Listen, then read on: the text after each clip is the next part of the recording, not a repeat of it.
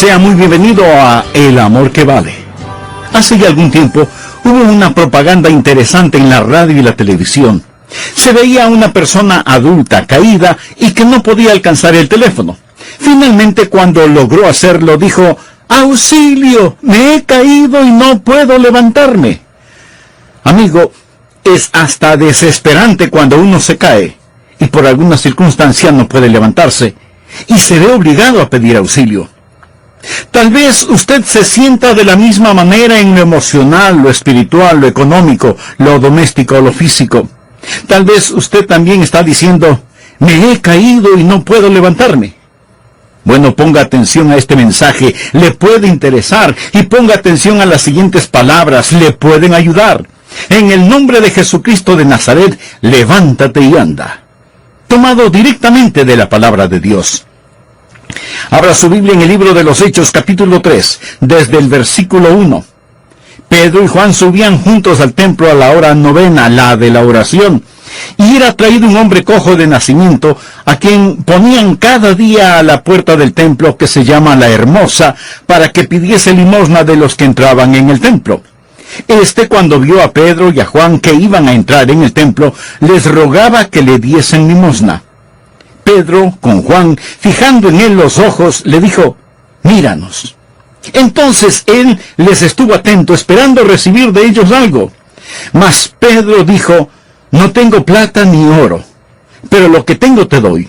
En el nombre de Jesús de Nazaret, levántate y anda.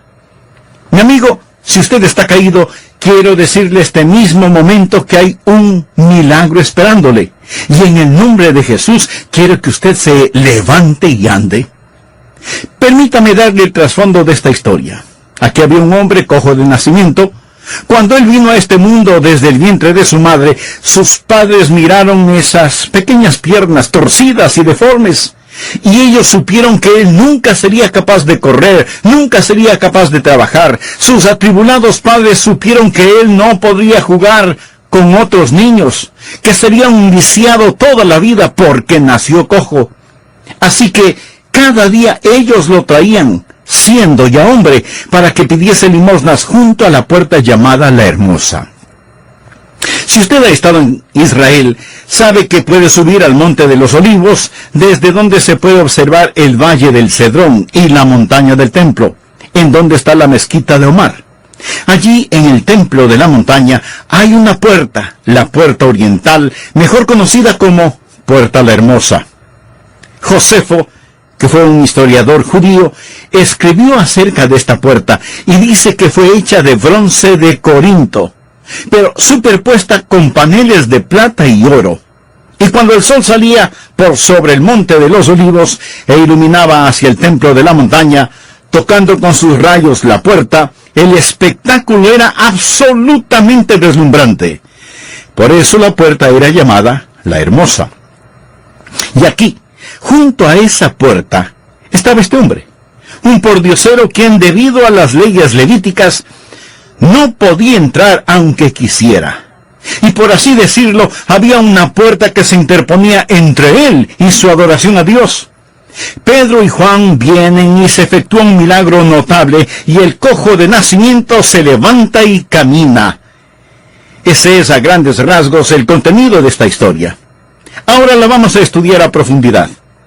En Hechos capítulo 4, versículo 22 leemos: el hombre en quien se había hecho este milagro de sanidad tenía más de 40 años.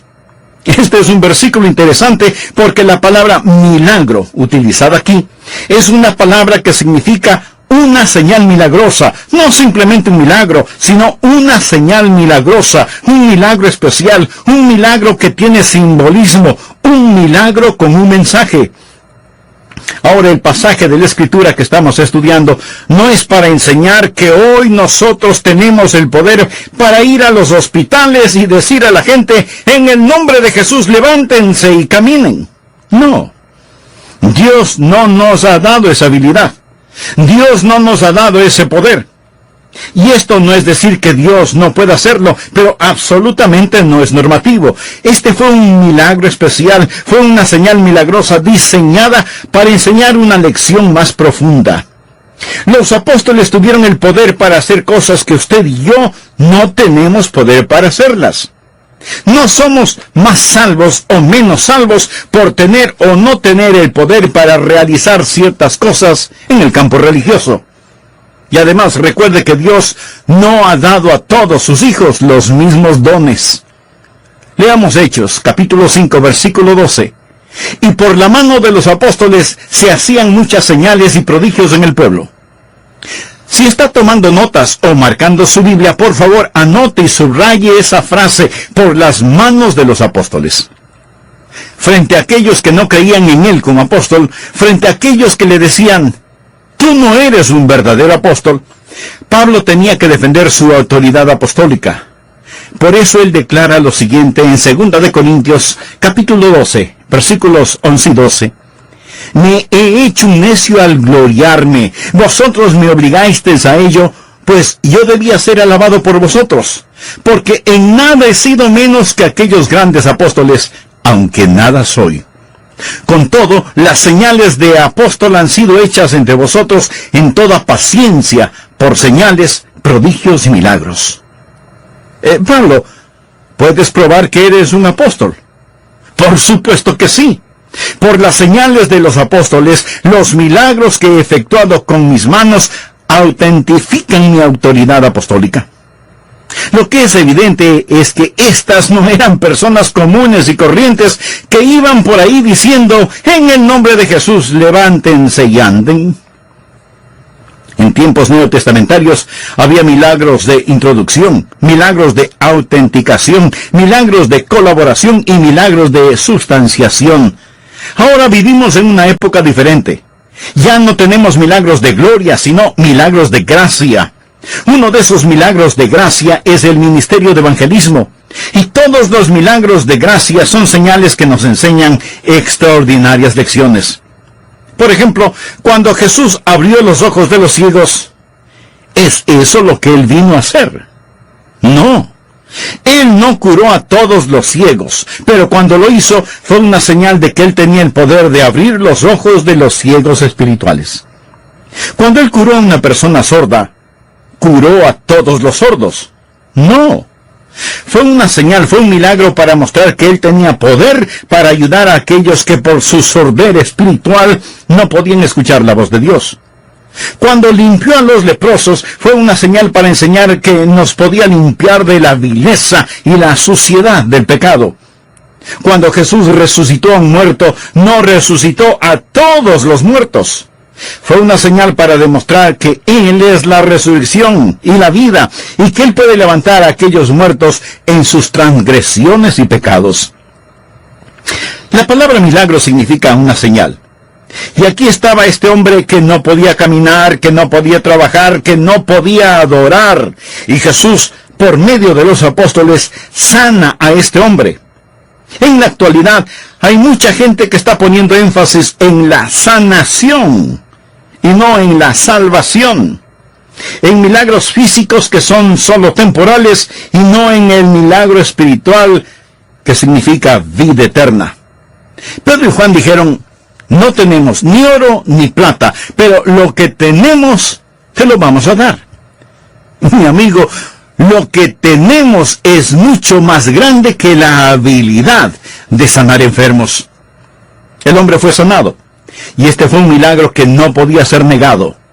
Hechos 3:11 dice, y teniendo asidos a Pedro y a Juan, o sea, el hombre no los dejaba ir, los tenía abrazados por las piernas.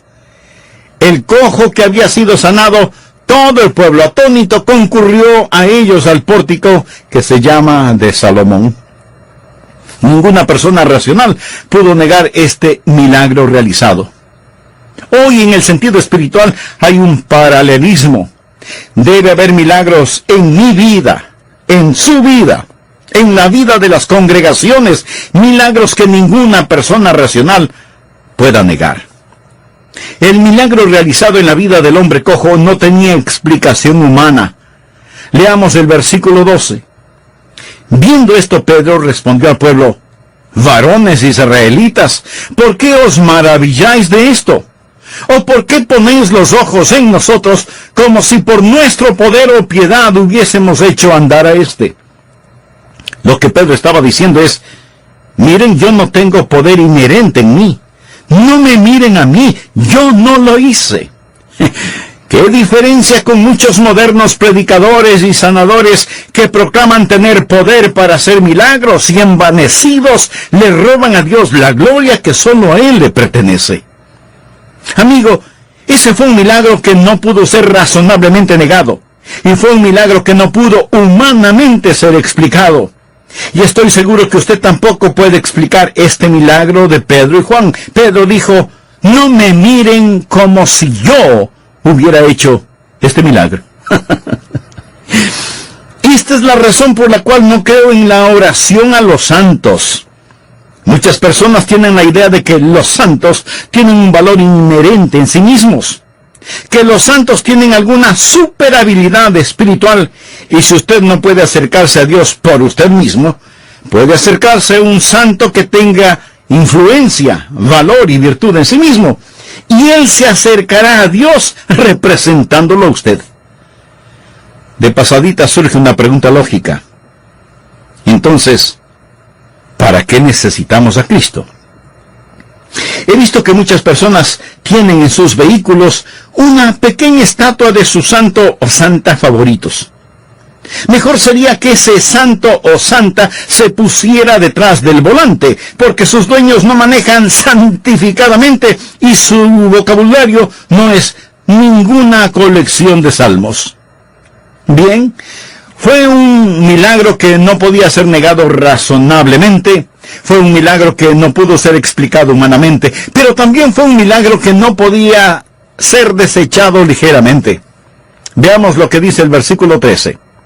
El Dios de Abraham, de Isaac y de Jacob, el Dios de nuestros padres, ha glorificado a su Hijo Jesús, a quien vosotros entregasteis y negasteis delante de Pilato, cuando éste había resuelto ponerle libertad. Lo que está diciendo el apóstol es que este milagro fue hecho en el nombre de Jesús, y que Jesús todavía continúa obrando.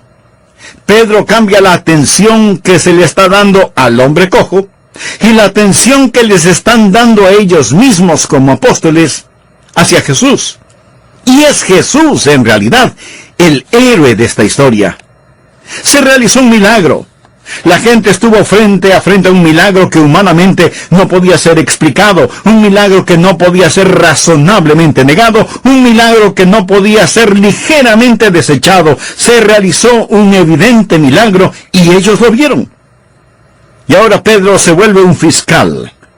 Leamos Hechos capítulo 4, los versículos del 8 al 10.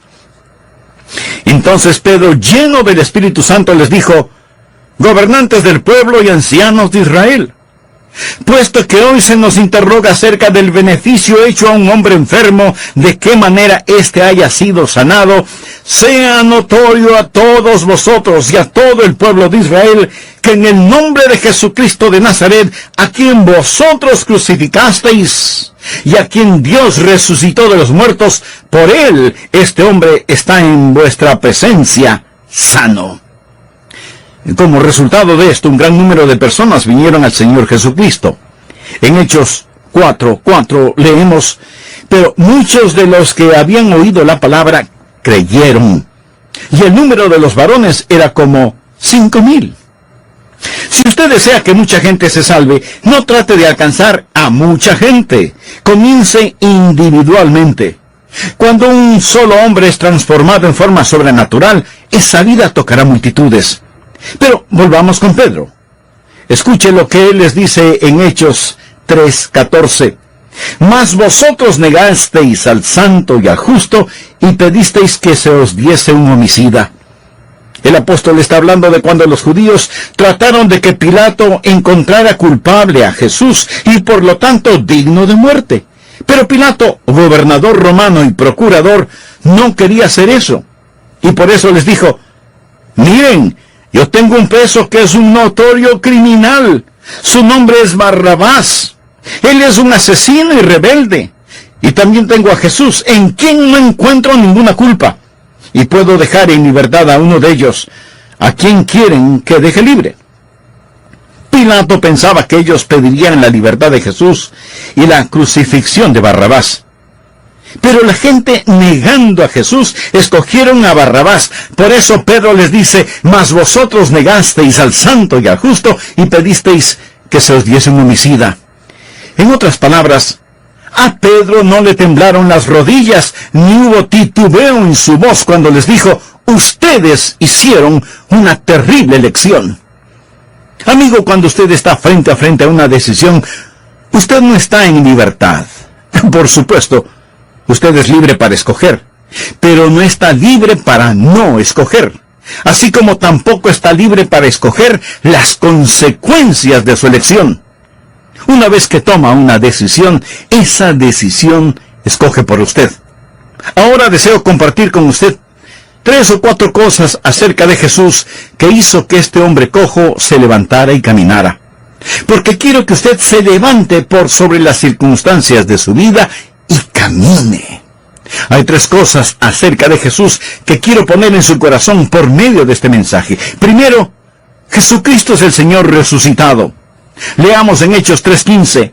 Y matasteis al autor de la vida, a quien Dios ha resucitado de los muertos, de lo cual nosotros somos testigos. ¿Qué causó que Pedro, quien se enojó y negó a Jesús frente a una pequeña niña, ahora estuviera firme, mirando directamente a los rostros de la gente importante de esos días, la más alta corte de la tierra judía, el Sanedrín, y los principales sacerdotes que también tenían autoridad civil, los señalara con su dedo y les dijera: ustedes lo crucificaron, pero Dios lo ha resucitado de los muertos? ¿Por qué esa súbita osadía de Pedro? Mi amigo, esta es una osadía santa. Una vez que ellos habían visto al Cristo resucitado, una vez que ellos supieron que Él estaba vivo, no había forma de que nadie pudiera amedrentarlos o intimidarlos, porque ellos estaban absolutamente seguros que Jesús era el príncipe de la vida. Había sido levantado de entre los muertos. Y si tenemos a un Salvador vivo, entonces, ¿de qué debemos temer? Escúcheme. Los apóstoles no estaban predicando hechos acerca de un Cristo muerto. Esa es la única manera de explicar la osadía que demostraron. ¿Cómo se puede explicar la iglesia neotestamentaria? ¿Cómo se explica el hecho de que Pedro, cuando lo tomaron prisionero y lo iban a crucificar, y si la tradición es cierta, como creo que lo es, Pedro pidiera que lo crucificaran cabeza abajo, porque, según Pedro, no era digno de ser crucificado de la misma manera en que Cristo fue crucificado? ¿De dónde sacó esa valentía, esa osadía? Él no tuvo temor a la muerte. Por supuesto que él no quería ser crucificado, pero él no temía a la muerte porque él sabía que su Salvador estaba vivo. Usted no puede negar la resurrección. Usted no puede ni siquiera intentar explicar que no hubo resurrección.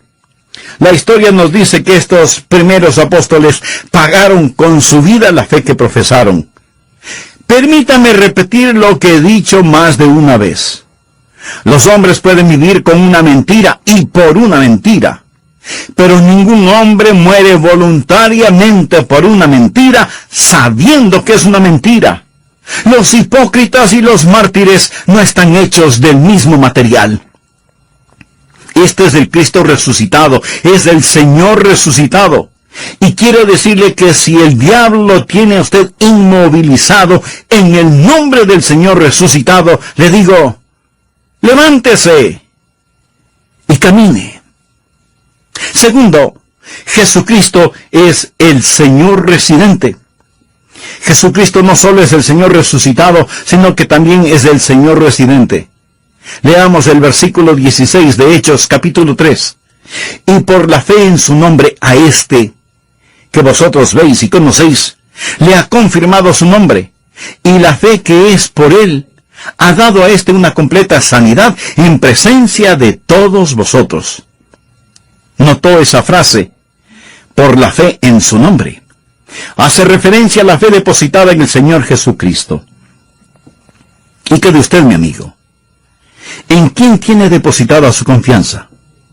Espero que en ningún hombre o religión, sino en Jesucristo y su relación íntima con Él. ¿Desea ser sanado integralmente? Pues arrepiéntase sinceramente de sus pecados e invite a Jesús a que more en su vida como Salvador y Señor. Él le ama, y porque le ama, desea salvarle de la esclavitud del pecado.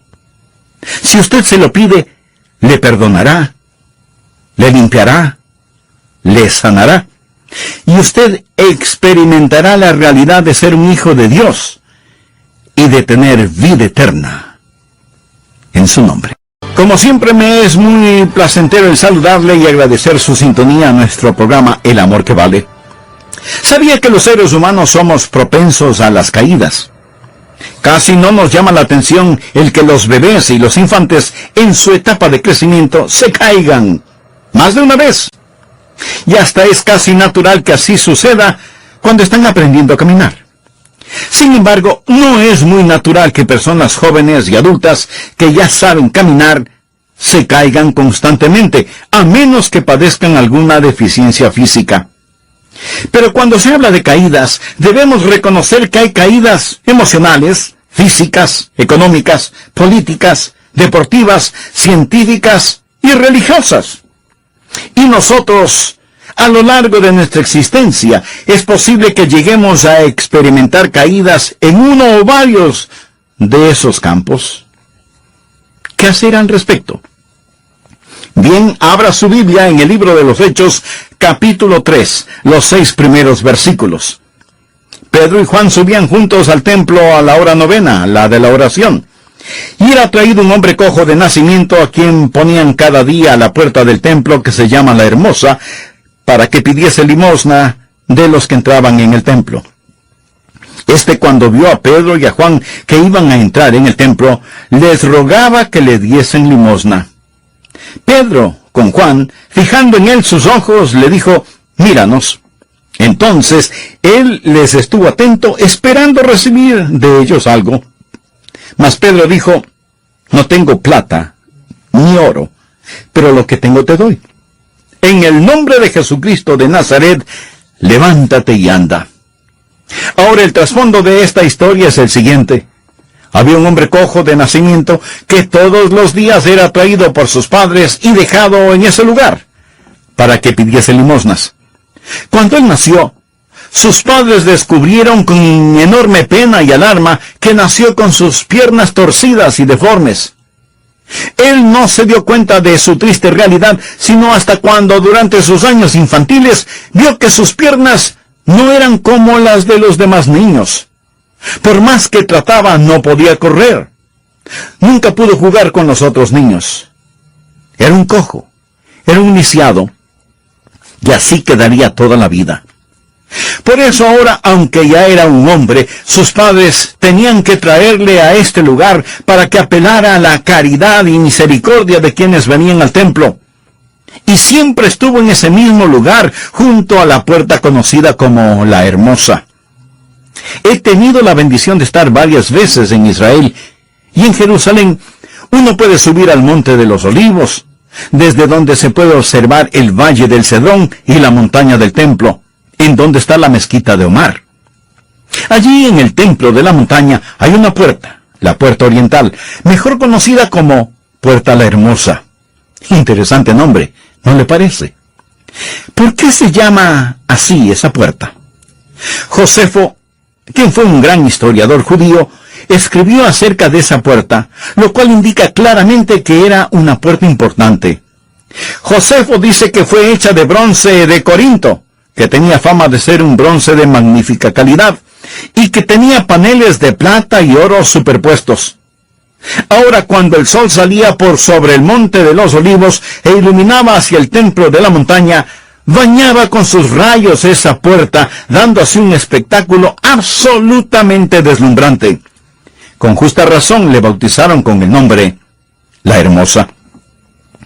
Y aquí, junto a esta fabulosa puerta, como para acentuar el contraste, estaba este hombre cojo, un pordiosero quien, debido a las leyes levíticas, no podía entrar ni arrastrándose aunque quisiera. Y no solo simbólicamente, sino que como dura realidad, había una puerta que se interponía entre él y su adoración a Dios. Pedro y Juan vienen a la hora de la oración. Se entabla un breve diálogo entre ellos y el mendigo. Se realiza un milagro en presencia de un sinnúmero de personas y el cojo de nacimiento se levanta y camina. Ese es a grandes rasgos el contenido del relato bíblico. Ahora lo vamos a estudiar detalladamente. En Hechos capítulo 4, versículo 22 leemos: el hombre en quien se había hecho este milagro de sanidad tenía más de 40 años. Este es un versículo interesante porque la palabra milagro utilizada aquí es una palabra que significa una señal milagrosa. No simplemente un milagro, sino una señal milagrosa. O sea, este fue un milagro especial, un milagro que tiene simbolismo. En otras palabras, fue un milagro con un mensaje. Y aquí está este hombre que no podía caminar, que no podía trabajar, que no podía entrar y adorar a Dios. Y Jesús, por medio de los apóstoles, sana a este hombre. Note que Pedro y Juan no le dijeron al pordiosero: míranos, solo ten fe y nosotros te vamos a sanar. ¿Qué le dijeron? Míranos. No tenemos plata ni oro, pero lo que tenemos te damos. En el nombre de Jesucristo de Nazaret, levántate y anda. En la actualidad hay mucha gente que está poniendo énfasis en los milagros de sanación antes que en el milagro de la salvación. Y aún entre gente que se considera a sí misma muy religiosa, las estadísticas muestran que prefieren estar sanas en primer lugar y salvas en segundo lugar. El milagro realizado en el hombre cojo fue un milagro que no pudo ser negado razonablemente. Fue un milagro que no pudo ser explicado humanamente, pero también fue un milagro que no pudo ser desechado ligeramente. Veamos lo que dice el versículo 13 de Hechos 3. El Dios de Abraham, de Isaac y de Jacob, el Dios de vuestros padres, han glorificado a su Hijo Jesús, a quien vosotros entregasteis y negasteis delante de Pilato, cuando éste había resuelto ponerle en libertad. Lo que está diciendo el apóstol es que este milagro fue hecho en el nombre de Jesús, y que Jesús todavía continúa obrando. Pedro cambia la atención que se le está dando al hombre cojo y la atención que les están dando a ellos mismos hacia Jesús. Y es Jesús en realidad el héroe de esta historia, no los apóstoles ni el hombre cojo, aunque haya sido sanado. Como resultado de esto, un gran número de personas vinieron al Señor Jesucristo. En Hechos 4:4 leemos: pero muchos de los que habían oído la palabra creyeron, y el número de los varones era como 5,000. Si usted desea que mucha gente se salve, no trate de alcanzar a todo el mundo de una sola vez. Comience individualmente, uno a uno. Porque cuando una sola persona es transformada en forma sobrenatural, esa vida se multiplicará exponencialmente, alcanzando multitudes. Hay 3 cosas acerca de Jesús que quiero poner en su corazón por medio de este mensaje. Primero, Jesucristo es el Señor resucitado. Hechos 3:15 dice: y matasteis al autor de la vida, a quien Dios ha resucitado de los muertos, de lo cual nosotros somos testigos. Los apóstoles no estaban predicando hechos acerca de un Cristo muerto. Esa es la única manera de explicar la osadía que mostraron al predicar el Evangelio después de la resurrección del Señor. La historia nos dice que estos primeros apóstoles pagaron con su vida la fe que profesaron. Permítame repetir lo que he dicho más de una vez. Los hombres pueden vivir con una mentira y por una mentira, pero ningún hombre, ninguna mujer muere voluntariamente por una mentira, sabiendo que es una mentira. Los hipócritas y los mártires no están hechos del mismo material. Segundo, Jesucristo es el Señor residente. Hechos 16:3. Y por la fe en su nombre, a a quien vosotros veis y conocéis, le ha confirmado su nombre, y la fe que es por él ha dado a éste una completa sanidad en presencia de todos vosotros. ¿Notó esa frase, y por la fe en su nombre? Hace referencia a la fe depositada en el Señor Jesucristo. El Evangelio de Lucas narra todo lo que Jesús comenzó a hacer y enseñar. En el libro de los Hechos vemos todo lo que Jesús continuó haciendo y enseñando. Y Pedro recalca que él dijo, en el nombre de Jesús, levántate y anda. No lo hicieron ellos, los apóstoles. Lo hizo Jesucristo por medio de ellos. Y cuando el apóstol dijo, en el nombre de Jesús, estaba haciendo referencia a la naturaleza santa de Jesús en ellos. Lo sentían como su contemporáneo. Vamos nuevamente al capítulo 4. Recuerde que Pedro ahora no está en calidad de acusado, sino más bien como fiscal, como acusador.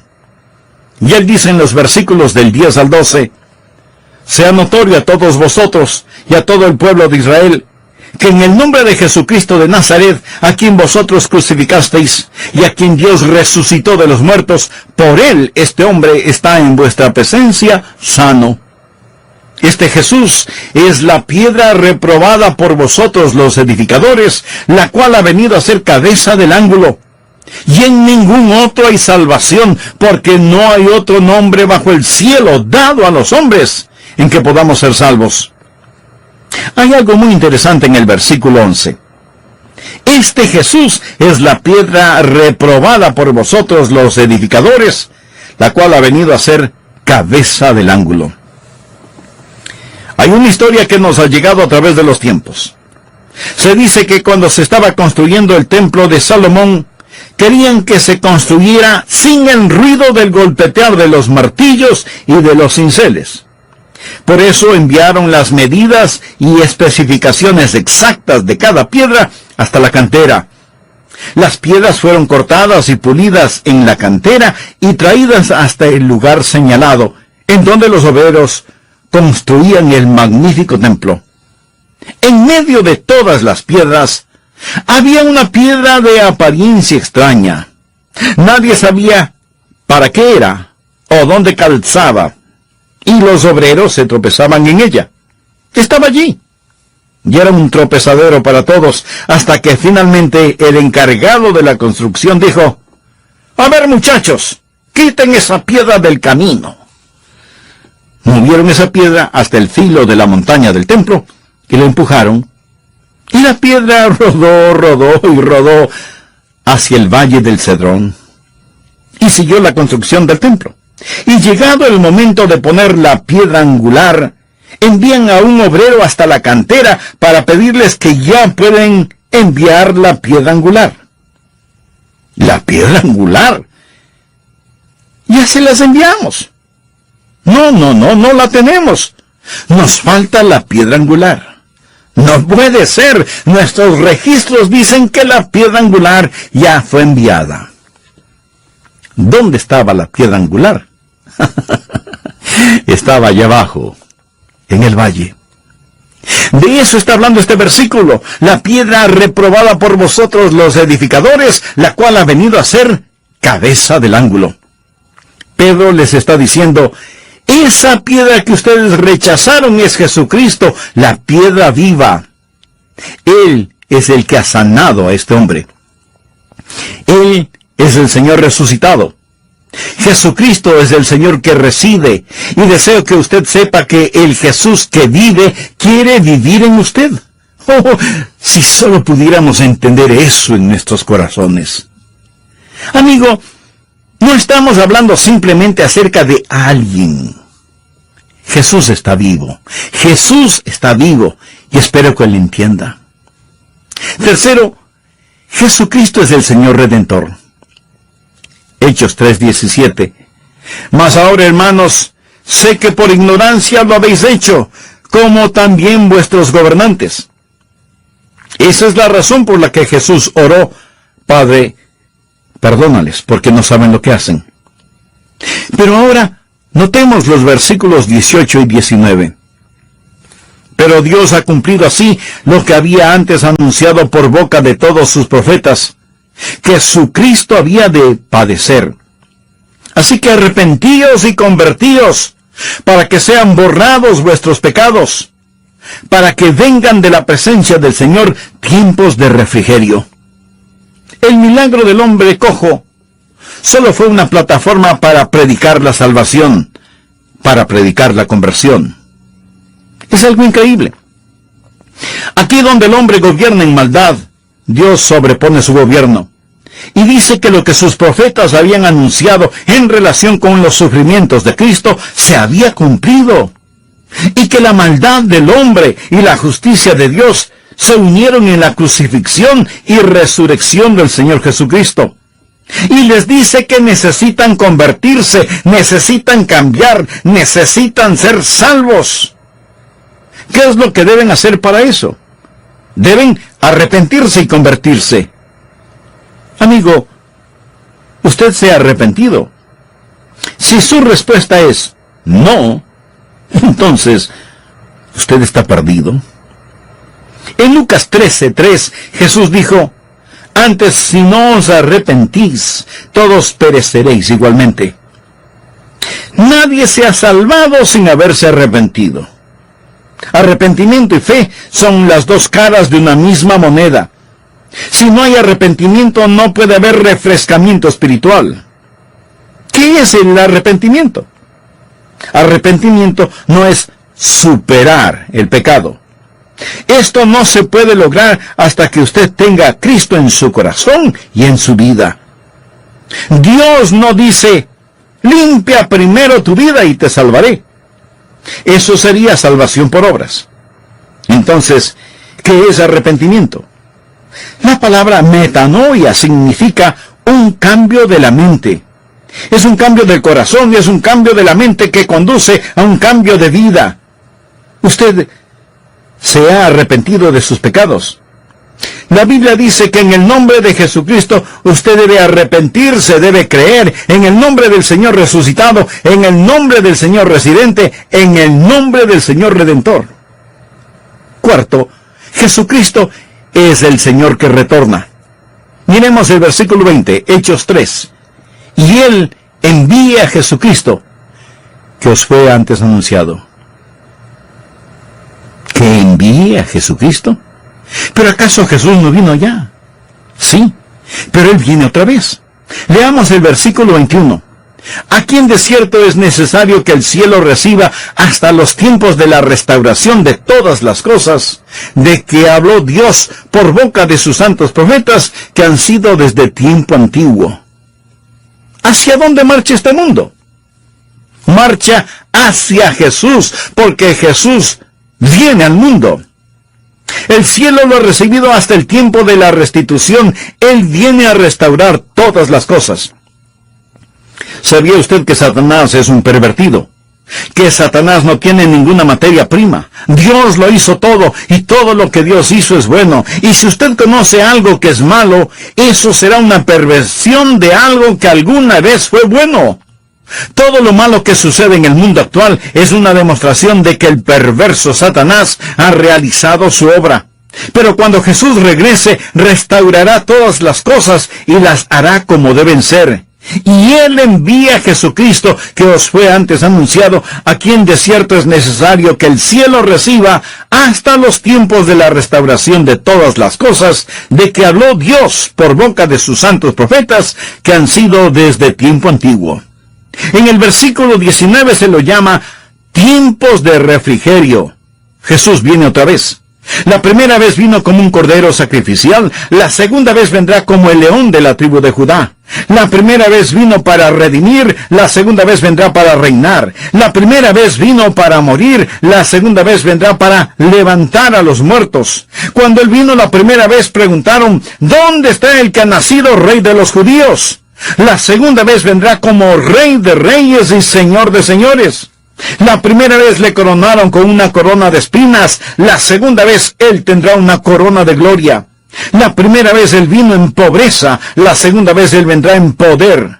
La primera vez Él vino escoltado por ángeles. La segunda vez Él vendrá con miles de sus santos. La primera vez vino en humildad. La segunda vez Él vendrá en majestad. Nunca pierda la realidad de que Jesús está vivo y está bien. Él es el Señor resucitado. Él es el Señor residente. Él es el Señor redentor. Él es el Señor que regresa.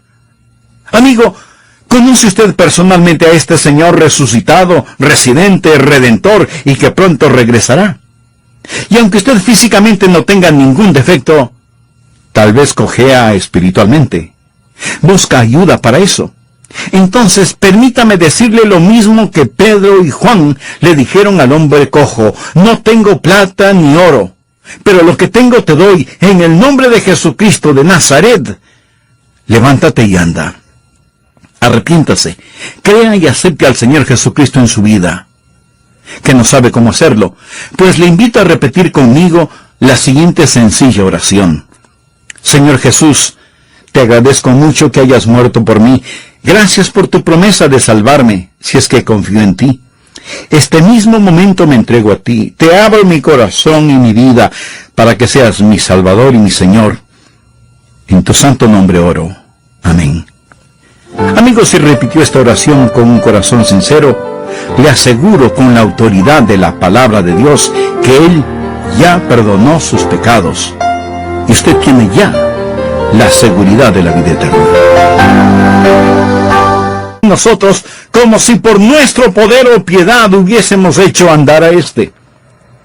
Lo que Pedro estaba diciendo es: miren, yo no tengo poder inherente en mí. No me miren a mí, yo no lo hice. ¿Qué diferencia con muchos modernos predicadores y sanadores que proclaman tener poder para hacer milagros y envanecidos le roban a Dios la gloria que solo a Él le pertenece? Amigo, ese fue un milagro que no pudo ser razonablemente negado. Y fue un milagro que no pudo humanamente ser explicado. Y estoy seguro que usted tampoco puede explicar este milagro de Pedro y Juan. Pedro dijo: no me miren como si yo hubiera hecho este milagro.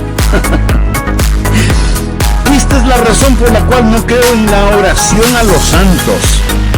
Muchas personas tienen la idea de que los santos tienen un valor inherente en sí mismos, que los santos tienen alguna super habilidad espiritual, y si usted no puede acercarse a Dios por usted mismo, puede acercarse a un santo que tenga influencia, valor y virtud en sí mismo, y Él se acercará a Dios representándolo a usted. De pasadita surge una pregunta lógica. Entonces, ¿para qué necesitamos a Cristo? He visto que muchas personas tienen en sus vehículos una pequeña estatua de su santo o santa favoritos. Mejor sería que ese santo o santa se pusiera detrás del volante, porque sus dueños no manejan santificadamente y su vocabulario no es ninguna colección de salmos. Bien, fue un milagro que no podía ser negado razonablemente, fue un milagro que no pudo ser explicado humanamente, pero también fue un milagro que no podía ser desechado ligeramente. Veamos lo que dice el versículo 13. El Dios de Abraham, de Isaac y de Jacob, el Dios de nuestros padres, ha glorificado a su Hijo Jesús, a quien vosotros entregasteis y negasteis delante de Pilato, cuando éste había resuelto ponerle libertad.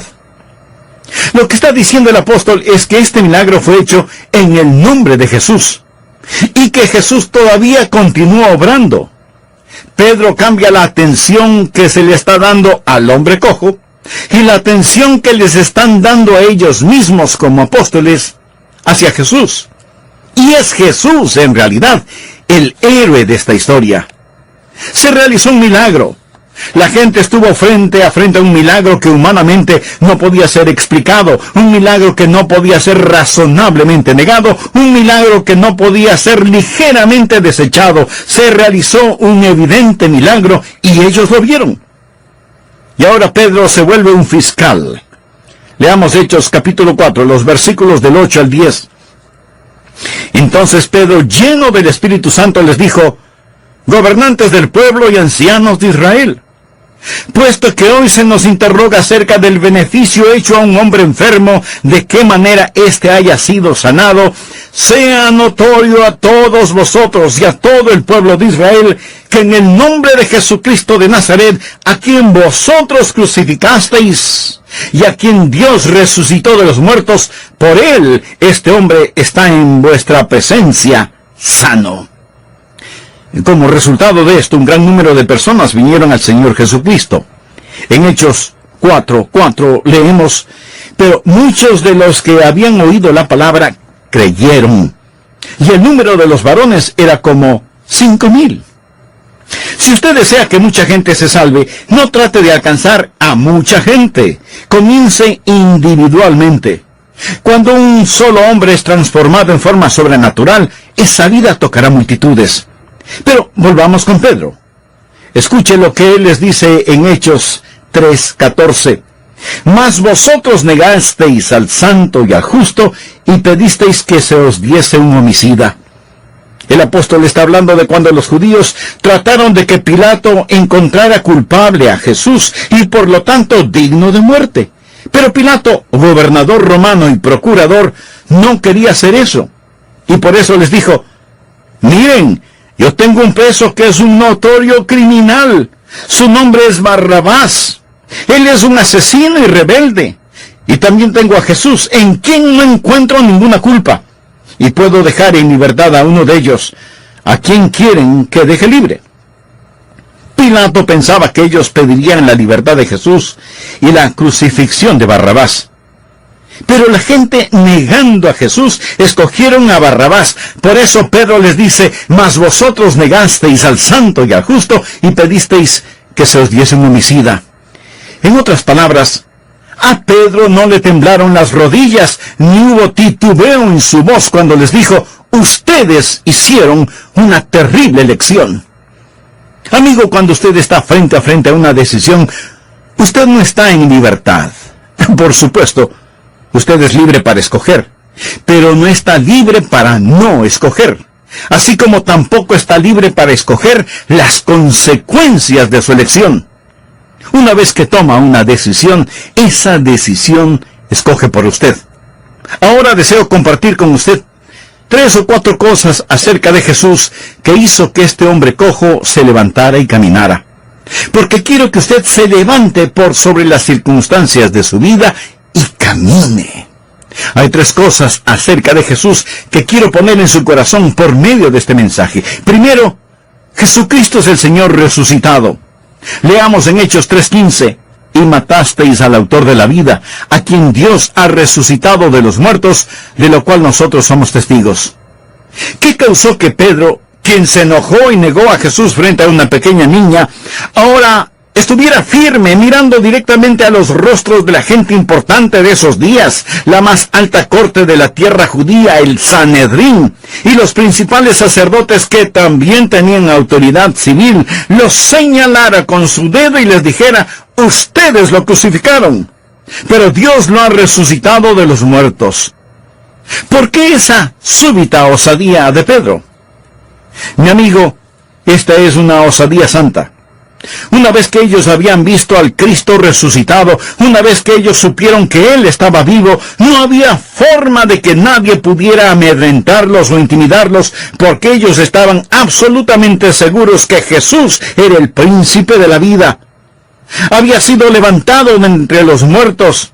Y si tenemos a un Salvador vivo, entonces, ¿de qué debemos temer? Escúcheme. Los apóstoles no estaban predicando hechos acerca de un Cristo muerto. Esa es la única manera de explicar la osadía que demostraron.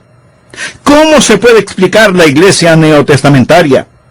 ¿Cómo se explica el hecho de que Pedro, cuando lo tomaron prisionero y lo iban a crucificar, y si la tradición es cierta, como creo que lo es, Pedro pidiera que lo crucificaran cabeza abajo, porque, según Pedro, no era digno de ser crucificado de la misma manera en que Cristo fue crucificado? ¿De dónde sacó esa valentía, esa osadía? Él no tuvo temor a la muerte. Por supuesto que él no quería ser crucificado, pero él no temía a la muerte porque él sabía que su Salvador estaba vivo. Usted no puede negar la resurrección. Usted no puede ni siquiera intentar explicar que no hubo resurrección.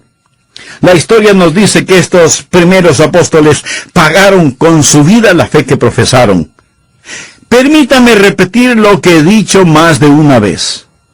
Los hombres pueden vivir con una mentira y por una mentira, pero ningún hombre muere voluntariamente por una mentira sabiendo que es una mentira. Los hipócritas y los mártires no están hechos del mismo material. Este es el Cristo resucitado, es el Señor resucitado. Y quiero decirle que si el diablo lo tiene a usted inmovilizado, en el nombre del Señor resucitado, le digo, levántese y camine. Segundo, Jesucristo es el Señor residente. Jesucristo no solo es el Señor resucitado, sino que también es el Señor residente. Leamos el versículo 16 de Hechos, capítulo 3. Y por la fe en su nombre a este, que vosotros veis y conocéis, le ha confirmado su nombre, y la fe que es por él, ha dado a este una completa sanidad en presencia de todos vosotros. ¿Notó esa frase? Por la fe en su nombre. Hace referencia a la fe depositada en el Señor Jesucristo. ¿Y qué de usted, mi amigo? ¿En quién tiene depositada su confianza? Espero que en ningún hombre o religión, sino en Jesucristo y su relación íntima con Él. ¿Desea ser sanado integralmente? Pues arrepiéntase sinceramente de sus pecados e invite a Jesús a que more en su vida como Salvador y Señor. Él le ama, y porque le ama, desea salvarle de la esclavitud del pecado. Si usted se lo pide, le perdonará, le limpiará, le sanará, y usted experimentará la realidad de ser un hijo de Dios y de tener vida eterna en su nombre. Como siempre, me es muy placentero el saludarle y agradecer su sintonía a nuestro programa El Amor que Vale. ¿Sabía que los seres humanos somos propensos a las caídas? Casi no nos llama la atención el que los bebés y los infantes en su etapa de crecimiento se caigan más de una vez. Y hasta es casi natural que así suceda cuando están aprendiendo a caminar. Sin embargo, no es muy natural que personas jóvenes y adultas que ya saben caminar se caigan constantemente, a menos que padezcan alguna deficiencia física. Pero cuando se habla de caídas, debemos reconocer que hay caídas emocionales, físicas, económicas, políticas, deportivas, científicas y religiosas. Y nosotros, a lo largo de nuestra existencia, es posible que lleguemos a experimentar caídas en uno o varios de esos campos. ¿Qué hacer al respecto? Bien, abra su Biblia en el libro de los Hechos, capítulo 3, los 6 primeros versículos. Pedro y Juan subían juntos al templo a la hora novena, la de la oración. Y era traído un hombre cojo de nacimiento a quien ponían cada día a la puerta del templo que se llama La Hermosa, para que pidiese limosna de los que entraban en el templo. Este, cuando vio a Pedro y a Juan que iban a entrar en el templo, les rogaba que le diesen limosna. Pedro, con Juan, fijando en él sus ojos, le dijo, míranos. Entonces, él les estuvo atento, esperando recibir de ellos algo. Mas Pedro dijo, no tengo plata, ni oro, pero lo que tengo te doy. En el nombre de Jesucristo de Nazaret, levántate y anda. Ahora el trasfondo de esta historia es el siguiente. Había un hombre cojo de nacimiento que todos los días era traído por sus padres y dejado en ese lugar para que pidiese limosnas.